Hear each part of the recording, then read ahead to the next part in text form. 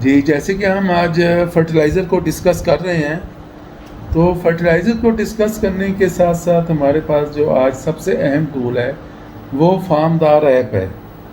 Form دار app کا جو ہے وہ فرٹیلائزر اور زمین سے متعلق جو ہے بہت زیادہ رول ہے۔ اپنے باغات کو فارم دار پر رجسٹر ضرور کروائیں۔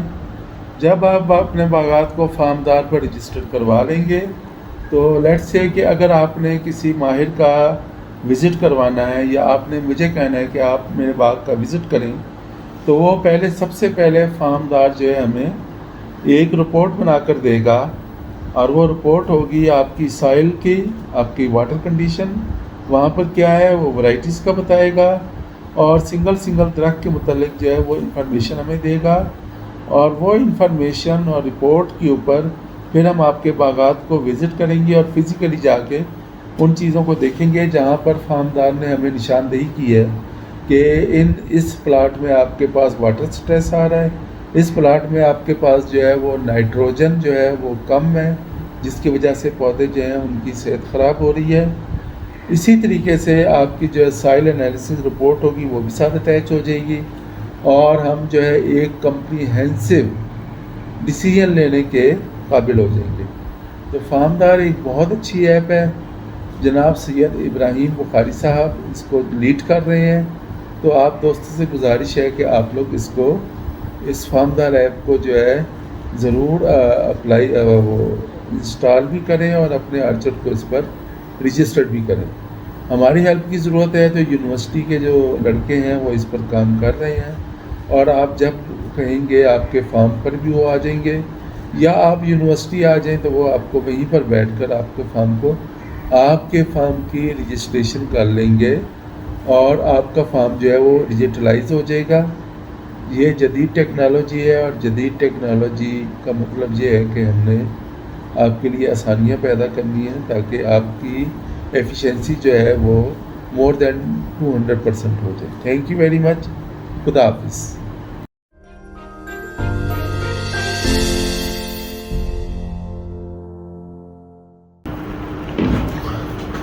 السلام علیکم، امید ہے آپ سب لوگ خیریت سے ہوں گے، اور ہمارا یوٹیوب چینل جو ہے آپ لگاتار دیکھ رہے ہوں گے اور اس سے کچھ نہ کچھ علم حاصل کر رہے ہوں گے۔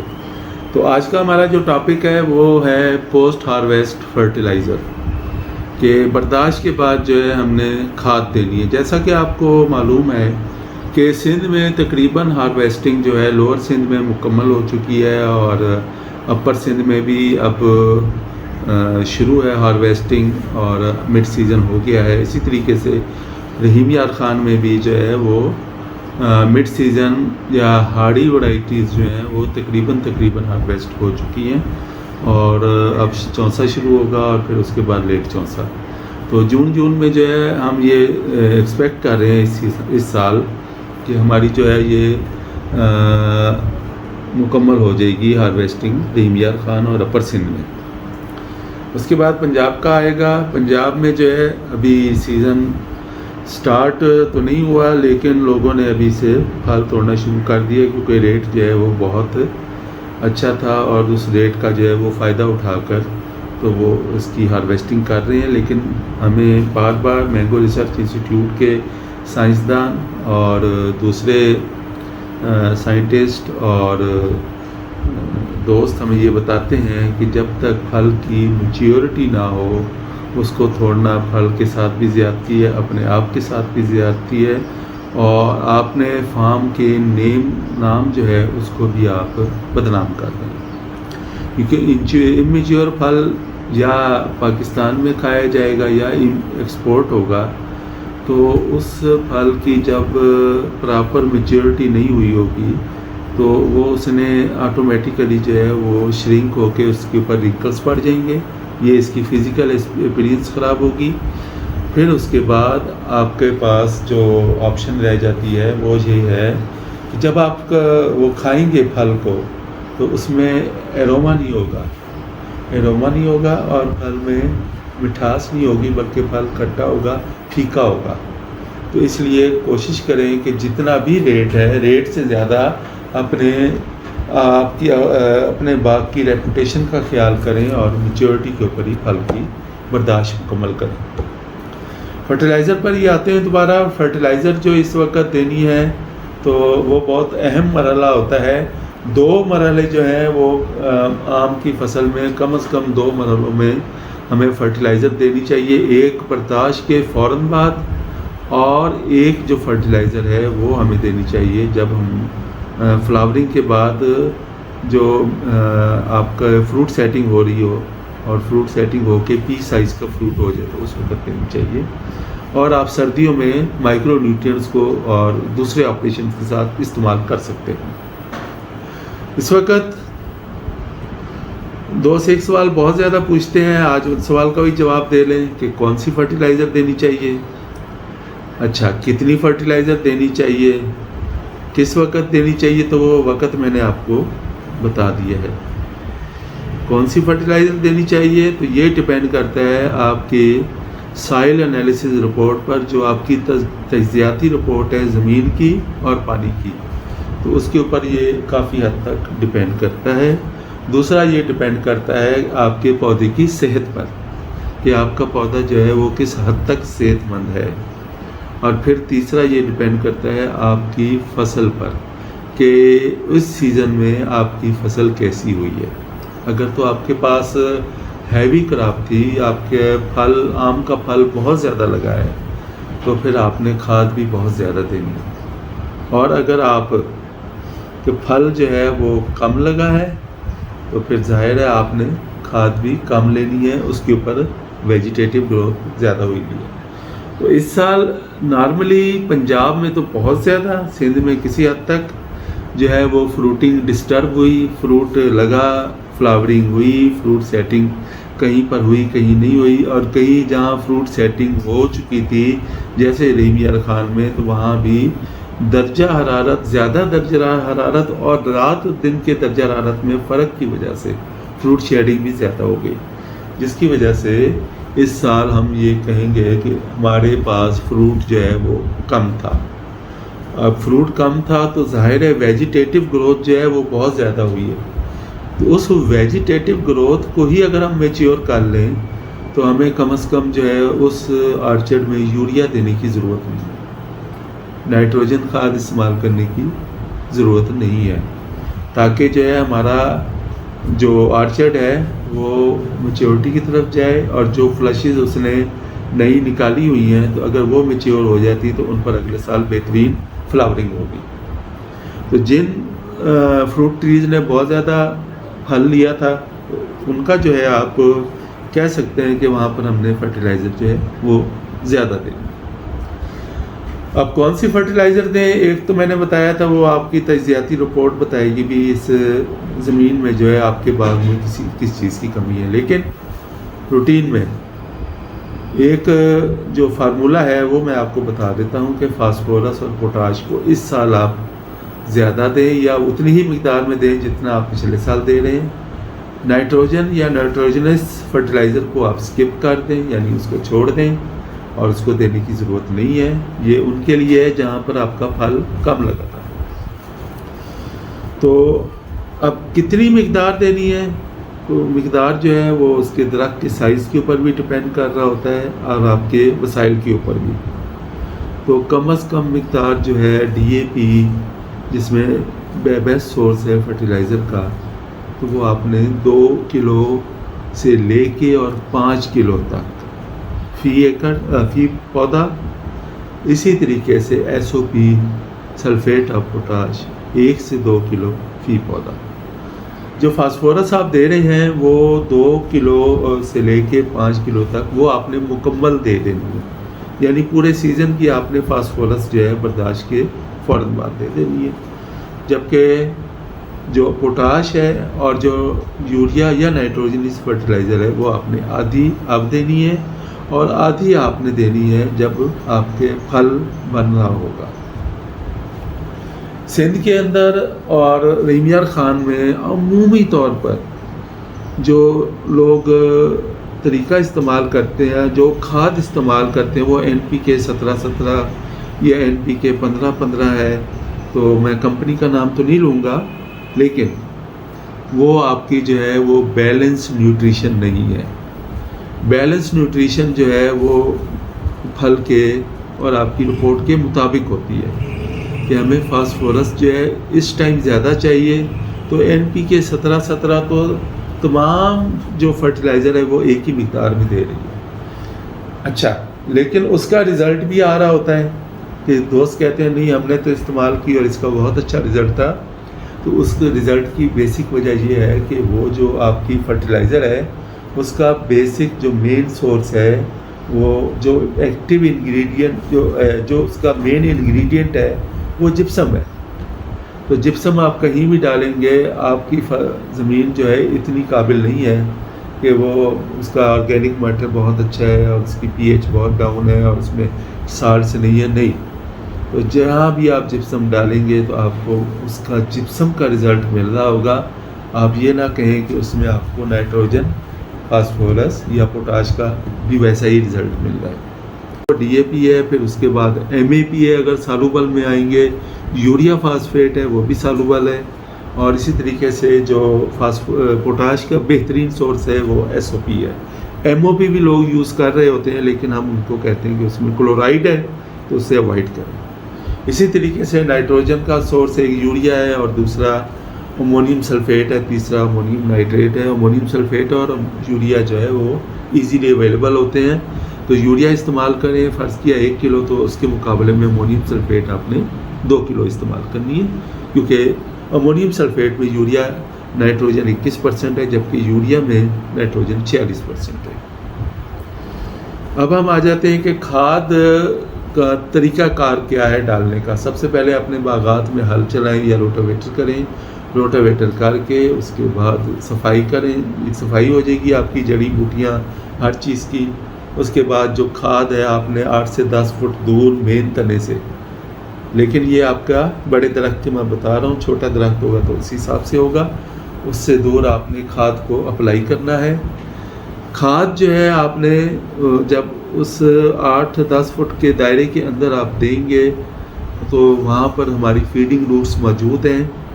ان فیڈنگ روٹس سے کھاد جو ہے فوری طور پر پودے کو اویل ہو جاتی ہے. یہ ہماری تھی مین جو فرٹیلائزر ہے یعنی کہ میکرو نیوٹرینٹس. اب ہم سیکنڈری نیوٹرینٹس میں بھی آتے ہیں. میگنیشیم ہے، کیلشیم ہے اور تیسری جو ہے ہماری سلفر ہے. تو ان کا بھی استعمال ضرور کرنا چاہیے، اور ہمارے باغات میں ان تمام چیزوں کی شدید کمی بھی ہے. کیلشیم ہمیں جو ہے وہ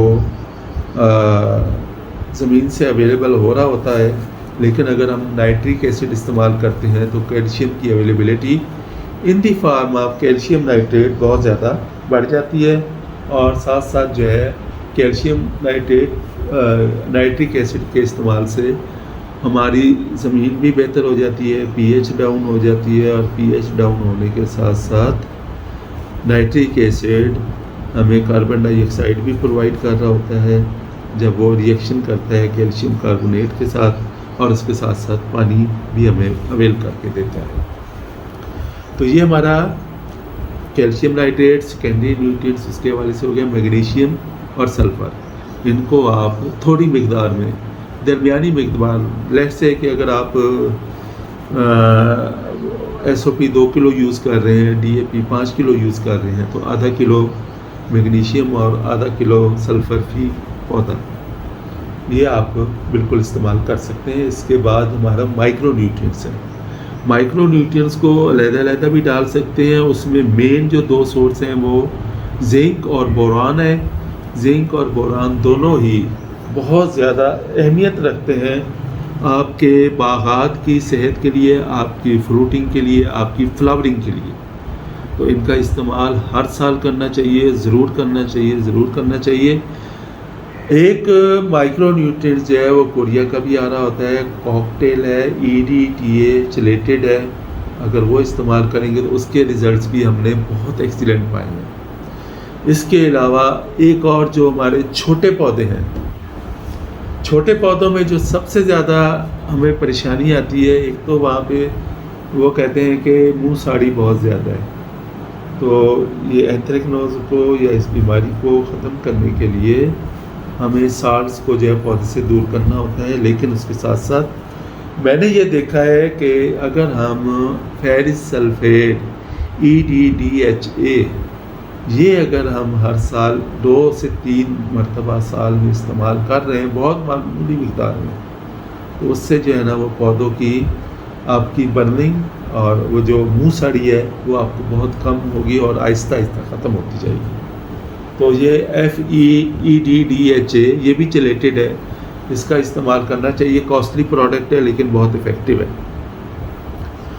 اب ہم آپ کو جو مین آپ کو فرٹیلائزر کا ہم نے بتا دیا، یہ ہم نے ہارویسٹنگ کے بعد کون کون سی فرٹیلائزر دینی ہے، کتنی مقدار میں دینی ہے، کون سی جگہ پر دینی ہے۔ اب ہم پودے کو آپ کو آرچڈ کو آپ نے آپاشی کر دیں۔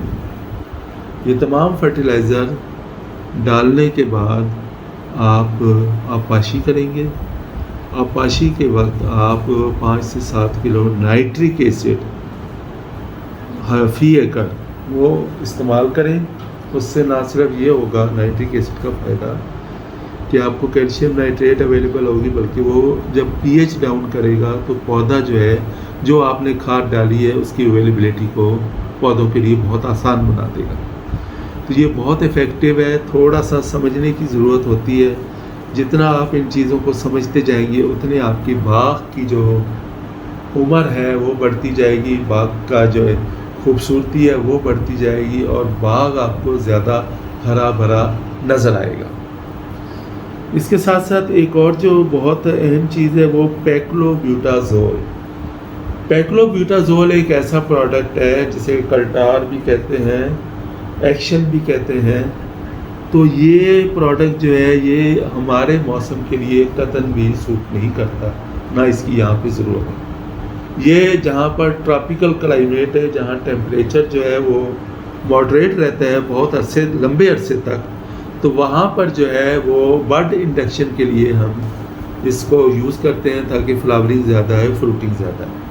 ہمارے ہاں ہم نے یہ دیکھا ہے کہ اس کے بہت زیادہ نیگیٹو رزلٹ ہیں۔ پیکلوبیوٹازول کو بالکل آپ نے استعمال نہیں کرنا، کسی بھی مقدار میں آپ نے استعمال نہیں کرنا۔ آپ نے اگر استعمال کر رہے تھے تو اپنے آرچڈ کو 1 سال کے لیے سیکریفائز کریں، بھلے کم پھل لیں، لیکن اس کے بعد جب آپ کا آرچڈ ریوائیو کر جائے گا تو پھر آپ کی فروٹنگ اور آپ کا پھل جو ہے وہ بہت ایکسیلنٹ ہو جائے گا۔ اور میں آپ کو آرچڈ جیسے لطف آباد مینگو فارم ہے میجر طارق خان کا، اسی طریقے سے حیدر فروٹ فارم ہے جناب ڈاکٹر ذوالقرنین حیدر کا، اسی طرح بوسن امیر حیدر بوسن فارم ہے جناب حاجی ملک حسنین بوسن صاحب کا ہے، اور بہت سارے آرچڈز ہیں، اور سندھ میں بہت ساری مثالیں ہیں جن کے آرچڈز جو ہیں وہ بہت زیادہ خوبصورت ہیں۔ تو ان کو آرچڈ کو ایک اپنے آئیڈیل بنائیں اور ان دوستوں سے رابطے میں رہیں اور پوچھیں کہ بھی آپ لوگ کیا کرتے ہیں، اور پھر اپنی پریکٹس کو جو ہے اسی طریقے سے ریگولرائز کریں اور اپنے باغ کی انکم کو بڑھائیں۔ جو موجودہ سینیریو چل رہا ہے اور جو حالات چل رہے ہیں، آپ کو ریٹ فائدہ نہیں دے گا۔ ریٹ تو ہوگا آپ کا 1 سال اور آپ کی قسمت ہے آپ کو اچھا مل گیا، لیکن آپ کو جو فائدہ دے گی وہ آپ کی پروڈکشن ہے۔ میں ہمیشہ کہتا ہوں کہ اس وقت جو ہمارے آرچڈ کی ایوریج انکم ہے وہ 1 لاکھ روپیہ ہے۔ اب اس 1 لاکھ کو ہم نے 1 ملین تک لے کے جانا ہے۔ اس 1 ملین تک لے کے جانے کے لیے سب کچھ ہمارے فارم پر موجود ہے۔ تو ٹائم نکالا کریں، اپنے فارم پر کھڑے ہوا کریں، سوچا کریں کہ کہاں پہ کمی ہے کہ میرے پاس جو ہے وہ ایوریج کم آ رہی ہے، کہاں پر کمی ہے کہ میرے باغ کا ریٹ کم لگ رہا ہے، کہاں پر کمی ہے کہ میرے باغ کی جو ہے وہ گروتھ اتنی اچھی نہیں جتنی دوسرے باغات کی ہے۔ تو آپ نے اخراجات کم کرنے ہیں، لیکن اپنے وسائل کو، اپنی لیبر کو بہت اچھے طریقے سے استعمال کرنا ہے۔ مجھے یہاں سے اجازت دیں، شکریہ، تھینک یو ویری مچ، خدا حافظ۔ السلام علیکم۔ آج ہم آپ کو جو ہے، کیونکہ آرچڈ کی میں توڑائی بہت تیزی سے شروع ہے، سندھ میں تقریباً جو ہے 50% سے زیادہ توڑائی ہو چکی ہے، اور تڑائی کے بعد جو سب سے اہم کام جو ہم نے کرنا ہوتا ہے وہ سب سے پہلے فرٹیلائزر کی اپلیکیشن ہوتی ہے. تو فرٹیلائزر ہم نے کیسے دینی ہے، کون سی دینی ہے، اس کی ہم آپ کو ڈیٹیل بتائیں گے. اور اس سے پہلے آپ نے کرنٹ کراپ پوزیشن کو مد نظر ضرور رکھنا ہے. یہ آپ کے سامنے باغات ہیں، ان کے دیکھ لیں آپ کہ ان کے اوپر اس وقت ویجیٹیٹو گروتھ جو ہے آپ کو بہت زیادہ نظر آ رہی ہے. یہ ہمارا حیدر فروٹ فارم ہے ملتان میں. تو یہاں پہ آپ کو ویجیٹیٹو گروتھ بہت زیادہ نظر آ رہی ہے. جب آپ کے پاس ویجیٹیٹو گروتھ زیادہ ہوگی اور اس ویجیٹیٹو گروتھ نے ہی آگے جا کر آپ کی فروٹنگ برانچز میں کنورٹ ہونا ہے، تو ہم نے کھاد دیتے وقت چند ضروری باتوں کا خیال رکھنا ہے. جن پودوں نے بھرپور فروٹ اٹھایا ہے، جو کہ بہت کم ہے اس سال، ان کو آپ نے کھاد بھی بھرپور دینی ہے. اور جن پودوں نے درمیانہ فروٹ لیا ہے تو ان کو آپ نے درمیانی کھاد دینی ہے. اور جن پودوں کے اوپر پھل کم تھا تو ان کو آپ نے کم کھاد دینی ہے. یعنی کم پھل کم کھاد، درمیانہ پھل درمیانی کھاد، اور زیادہ پھل زیادہ کھاد. جب آپ نے زیادہ کھاد کا ہم ذکر کرتے ہیں تو اس وقت آپ نے NPK ان تینوں کو جو ہے اپنی مقدار کے حساب سے پورا دینا ہے.